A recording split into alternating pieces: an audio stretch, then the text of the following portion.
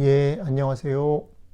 하나님께서 우리에게 주신 새날, 오늘 하루 동안 하나님께서 우리들을 만드신 대로 그 색깔과 그 속도와 그 모습대로 다른 사람과 비교하지 않고 당당하게 살아가는 하루가 되시기를 응원하면서 축복합니다. 우리는 이번 주에 하나님께서 아름답게 창조하신 세상이 구체적으로 어떻게 왜곡되어졌는지를 살펴보고 있습니다. 그 왜곡된 것을 하나하나 살펴보면서 우리의 삶에서 사실은 계속 반복적으로 발생하는 어떤 문제들을 직면해 보려고 합니다. 어제는 우리가 인정 욕구로 인해서 나 자신을 있는 모습 그대로 인정하고 받아들이지 못하고 나 자신을 경쟁의 소용돌이로 몰아넣는 문제에 대해서 큰아들의 모습을 통해서 생각해 보았습니다. 오늘은 그것에 조금 이어서 조금 어저께와는 비슷하지만 조금 다른 각도에서 발생하는 비교 의식의 문제를 좀 한번 같이 생각해 보려고 합니다. 자, 그럼 오늘 주신 말씀을 먼저 읽어보도록 하겠습니다. 먼저 창세기 4장 1절로 12절 읽겠습니다.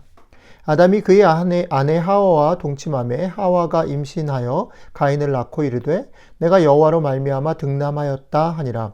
그가 또 가인의 아우 아벨을 낳았는데 아벨은 양치는 자였고 가인은 농사하는 자였더라. 세월이 지난 후에 가인은 땅의 소산으로 제물을 삼아 여호와께 드렸고 아벨은 자기도 양의 첫 새끼와 그 기름으로 드렸더니 여호와께서 아벨과 그의 제물은 받으셨으나 가인과 그의 제물은 받지 아니하신지라. 가인이 몹시 분하여 안색이 변하니 여호와께서 가인에게 이르시되 내가 분하여 함은 어찌 됨이며 안색이 변함이 어찌 됨이냐. 네가 선을 행하면 어찌 낯을 들지 못하겠느냐. 선을 행하지 아니하면 죄가 문에 엎드려 있느니라. 죄가 너를 원하나 너는 죄를 다스릴지니라. 가인이 그의 아우 아벨에게 말하고 그들이 들에 있을 때에 가인이 그의 아우 아벨을 쳐 죽이니라. 여호와께서 가인에게 이르시되 내 아우 아벨이 어디 있느냐. 그가 이르되 내가 알지 못하나이다. 내가 내 아우를 지키는 자니까. 이르시되 네가 무엇을 하였느냐. 내 아우의 핏소리가 땅에서부터 내게 호소하느니라. 땅이 그 입을 벌려 내 손에서부터 내 아우의 피를 받았은즉 내가 땅에서 저주를 받으리니 네가 밭을 갈아도 땅이 다시는 그 효력을 내게 주지 아니할 것이요 너는 땅에서 피하며 유리하는 자가 되리라. 아멘. 두 번째 말씀은 요한복음 21장 19절 하반절로 22절 말씀입니다. 읽겠습니다. 이 말씀을 하시고 베드로에게 이르시되 나를 따르라 하시니 베드로가 돌이켜 예수께서 사랑하시는 그 제자가 따르는 것을 보니 그는 만찬석에서 예수의 품에 의지하여 주님을 파는 자가 누구니까 묻던 자더라. 이에 베드로가 그를 보고 예수께 여짜오되 주님, 이 사람은 어떻게 되겠사옵나이까? 예수께서 이르시되 내가 올 때까지 그를 머물게 하고자 할지라도 너에게 무슨 상관이냐? 너는 나를 따르라 하시더라. 아멘. 우리는 오늘 먼저 읽은 가인과 아벨의 이야기 속에서 어떤 게 궁금하신가요? 보통 교회 안에서 보면 이 사건을 이해하면서 제일 궁금해하는 부분이 뭐냐면 왜 하나님은 가인의 제사를 안 받으셨을까? 하나님은 왜 아벨의 제사만 받으셨을까? 여기에 관심을 기울입니다. 이것에 관심이 있는 이유가 뭐냐 이렇게 생각을 해보면 우리는 항상 뭐가 잘못이고 뭐가 옳은 것이고 뭐가 틀린 것인지가 궁금하다는 거죠. 정답이 참 궁금하다는 것입니다. 하지만 성경 전체를 읽어보면 이 사건 속에서 성경이 말하려고 하는 초점은 누가 잘못된 제사를 드렸는가 혹은 잘못된 제사는 무엇인가를 우리에게 알려줌으로써 바른 제사를 드리라는 그것이 메시지가 아닌 것을 알 수 있습니다. 오히려 본문은 어떤 일이 발생할 수 있다. 이유를 잘 알지 못하고 원인을 정확하게 알지 못하는 어떤 일이 발생할 수 있다.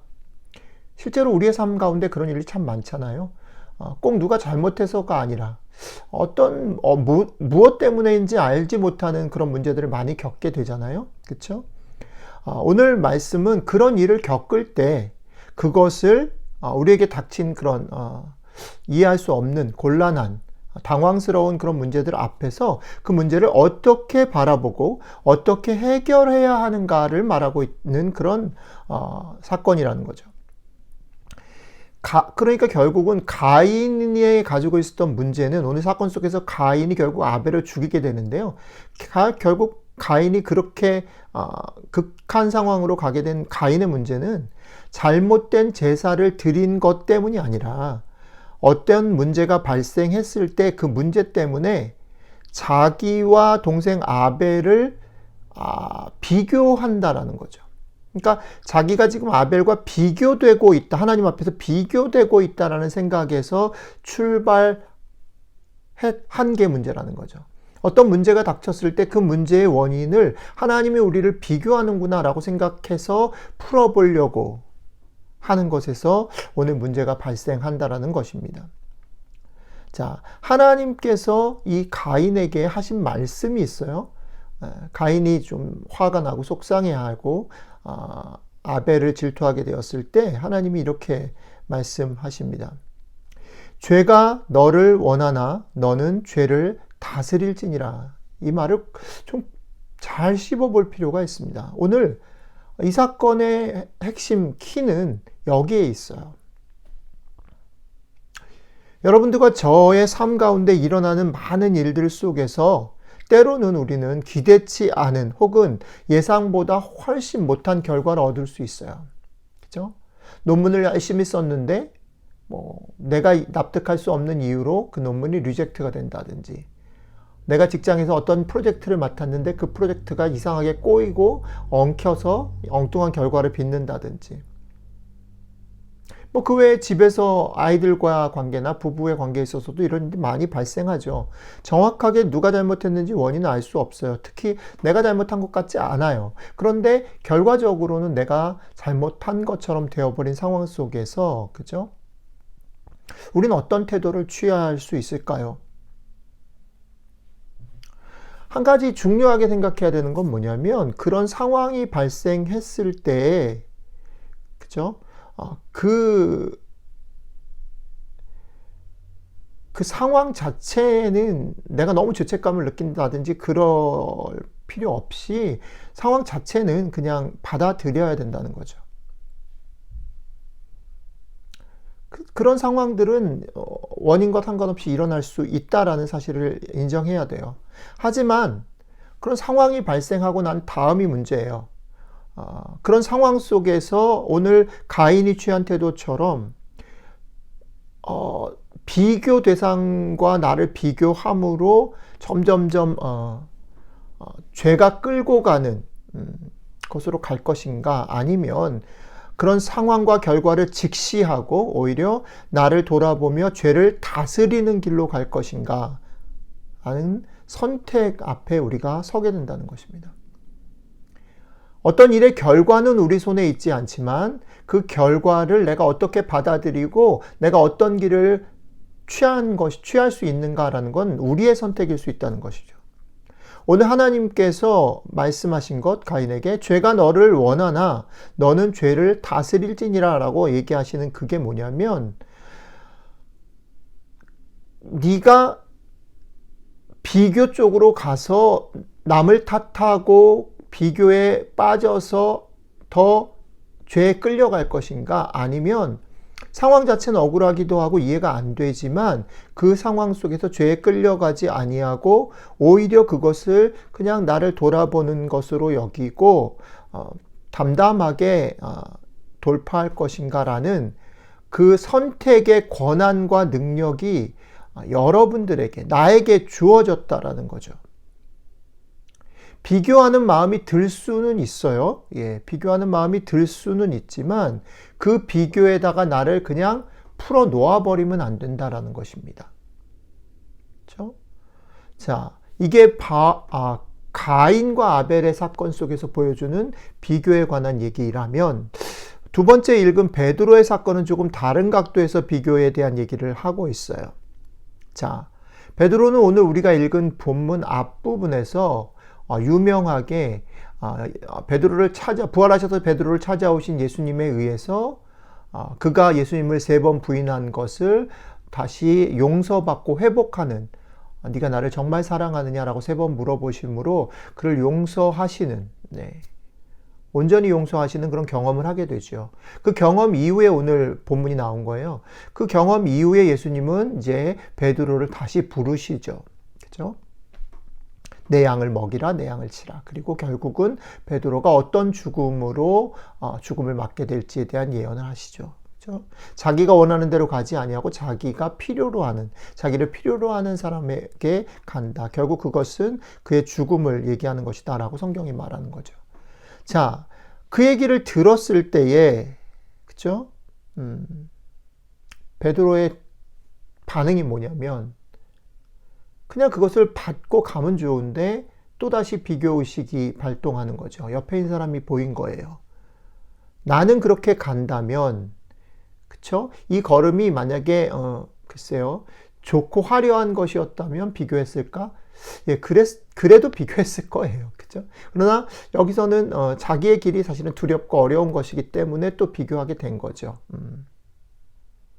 이 사람은 조금 편한 길인가? 궁금한 거죠. 그래서 물어본 거죠. 그렇죠?